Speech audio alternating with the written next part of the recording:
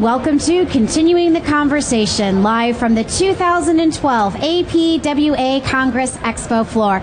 My name is Emily Barta, and we are so pleased to have you joining us as we talk about protecting trees during public construction projects. And the person who's going to be sharing information with us is sitting right here. This is Jennifer Gulick, who is a senior consulting urban forester with the Davie Resource Group. And Jennifer, welcome. Thank you for joining us. Thank you. Glad to be here. Now, in addition to your full-time job, you are a member of APWA's Facilities and Grounds Committee. There are lots of committees at APWA, and we're always looking for volunteers and members and people to fill leadership roles. So talk to us about the Facilities and Grounds Committee. What is it? The Facilities and Grounds Committee is a technical committee that, as it says, deals with facilities and grounds issues. But recently, and I'm very proud because my background is urban forestry, they have embraced trees as part of grounds and even the facilities, and have done in the last 2 years, I think, some really important stuff to get the word out about urban forestry and the importance of trees in the community. The Facilities and Grounds Committee has put out 4 technical best management practices for APWA. We've done click, listen, and learns. We've written reporter articles, and the trend just continues. Just this year, we have created a special urban forestry subcommittee, and we've got another click, listen, and learn scheduled for September 13th, which is now free. So I invite everybody to tune into that one and learn about trees and protecting them in our city environment. So where can we find out more information about APWA's Facilities and Grounds Committee and all of the different resources and educational tools that you just mentioned? Well, APWA has a fabulous website, and they've just redone it. And if you go to the technical committees and click on that, you will be able to go right to the Facilities and Grounds, and right there then once you get to that page, there'll be resources, and then you can access those resources and find out all the latest news and contact us that way. And I want people to contact us. I mean, that's what we're here for, is technical support. And if you have questions, please contact us. And if you have any questions today regarding protecting trees during public construction projects, just be sure to go to that lower left-hand corner of your screen and click on that Q&A button. And if anyone out there has had any experience with or utilized the resources, or is also a member of APWA's Facilities and Grounds Committee, we would love for you to say hi. And of course, regardless if you're here in Anaheim or if you're joining us from home or from the office, be sure to join the conversation on Twitter via that hashtag APWA Expo.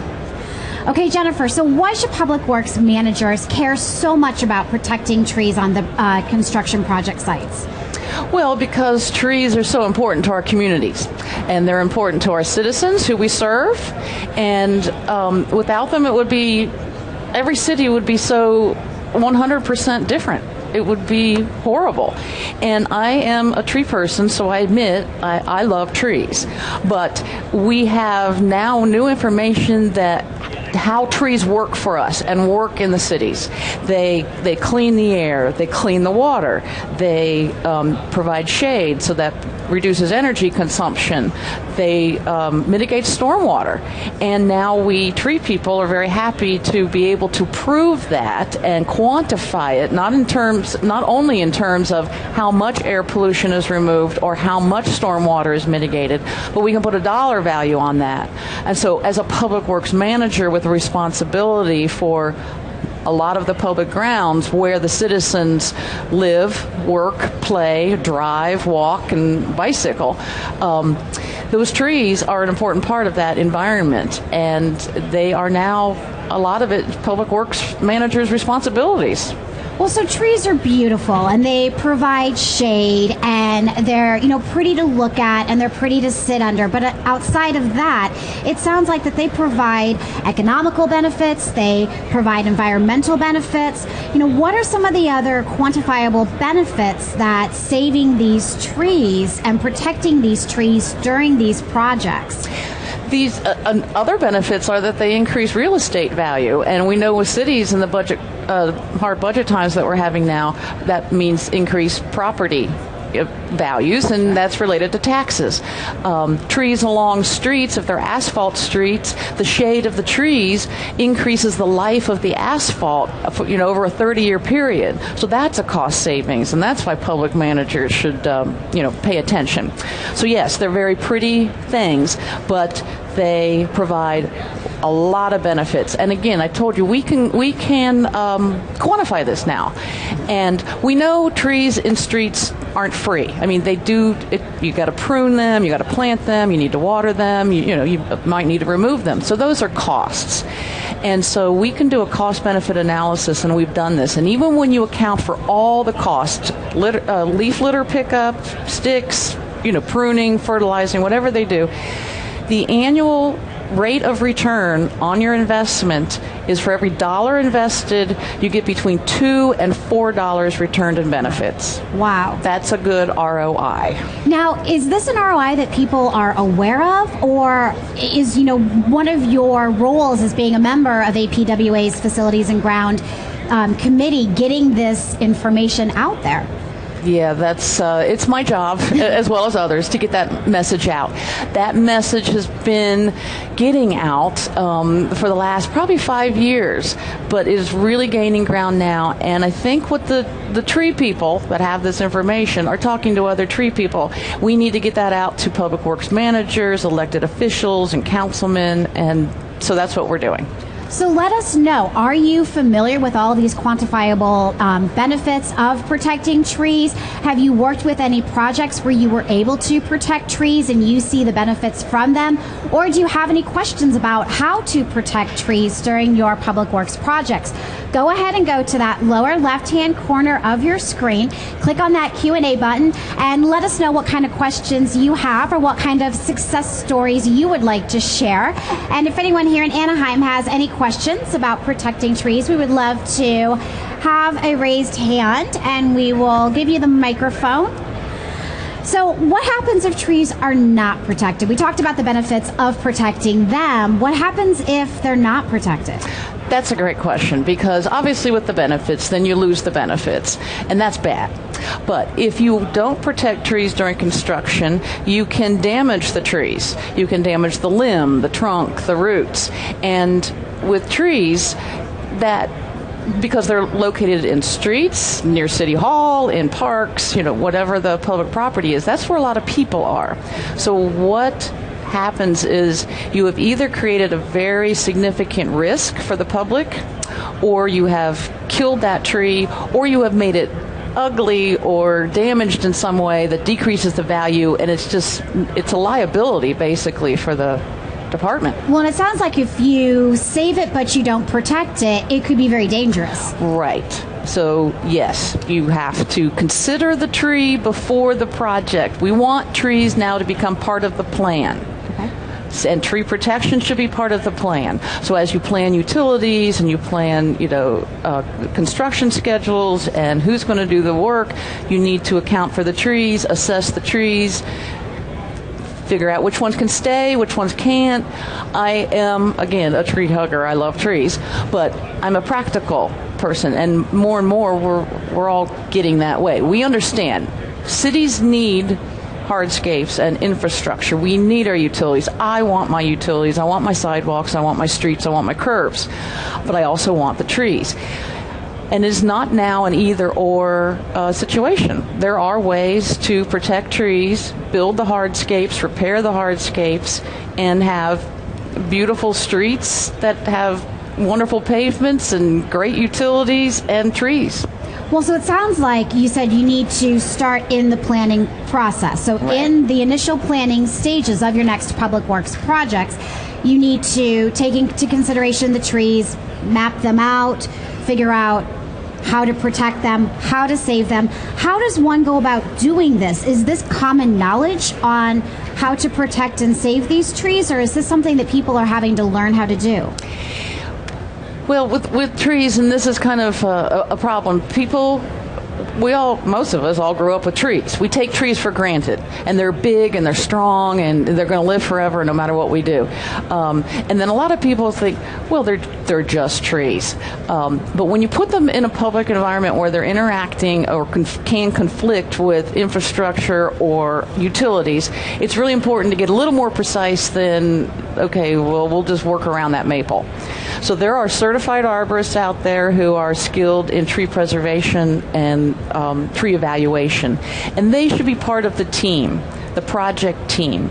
And that expert with that specialty will be able to help everybody, the planner, the engineer, the construction manager, even the equipment operators, work better and more efficiently and safely and get the job done while protecting the trees. So it's definitely a team effort, both in the planning stages and during the construction stages. Absolutely. So what we're doing is we're talking about protecting trees during public construction projects. If you have any questions and you're here with us in Anaheim, go ahead and raise your hand. We'll bring you a microphone and we'll get those questions answered for you. And if you're joining us from home, we're so glad that you're here. Thank you so very much for being a part of APWA 12 Congress and Exposition. Go ahead and go to that lower left-hand corner of your screen. Click on that Q&A button and submit your question for Jennifer now, because we only have a few more minutes. And of course, no matter how you are a part of APWA Congress and Exposition this year, be sure to join in the conversation on Twitter. And that hashtag is APWA Expo. All right, well, while we're waiting for a question, I do want to talk about the new pocket guide. Yes. And again, this is something the Facilities and Grounds Committee has just debuted at Congress, so it's hot off the presses. And I expect everybody here at Congress to be rushing to the bookstore, rushing to the website to purchase their copy of this. It is a very simple guide with simple graphics, and it's a primer for how to protect trees on construction sites. Fantastic. So if you're here in Anaheim, it's at the bookstore. And for everyone joining us from home, if you would like to get Tree Protection and Preservation Pocket Guide, just go to apwa.net. Do we have any more questions here, or do we have any more questions from anyone at home? Looks like we do have a question. We do have a question. Thank you, Shirley. Who should kind of lead this charge? Are there any qualifications or certifications? Who should develop the plan for protecting the trees?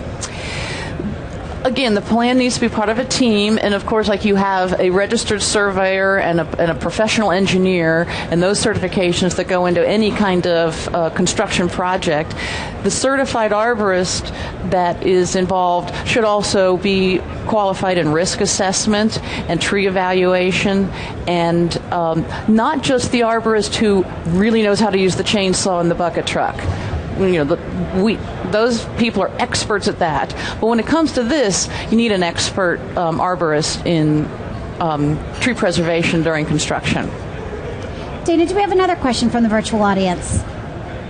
We do have another question that has come in, and it was about educating others on the team. Kind of, how do you build that core group and that team? How easy is it to educate? Is it as easy as having them read the guide? Or are there other materials that might help? Are there anything APWA has planned to go out to the different communities or the chapters? Yeah, that's a big question, and that's something that, and I wouldn't use the word struggle, but it is difficult because people have always done things the way they've always done things, and now you're telling them to do something different. And a lot of times, the people, like the trees are in the way. So now we want to, again, make trees part of the plan, understand the benefits.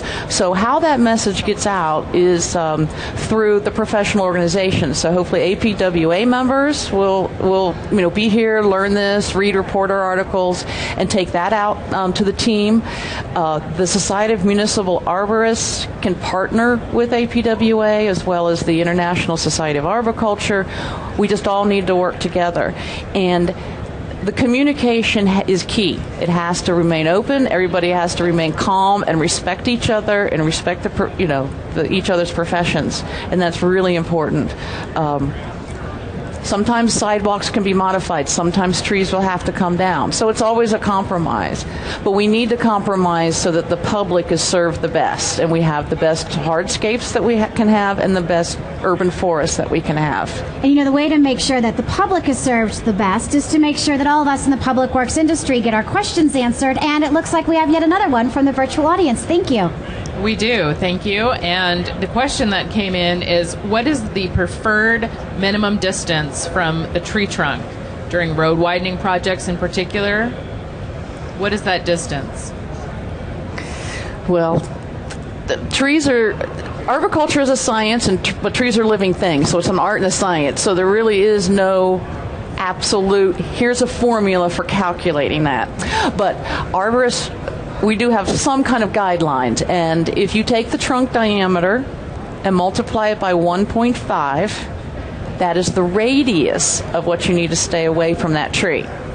So a 10-inch tree, the radius is 15 feet, which is a lot. That's the starting point. You stay away from the tree that much of that diameter, you will be fine. But that's not really possible. So that's why you then need to consult with a certified arborist, because there's so many variables that go into that can, sometimes we can scooch that in or widen it out.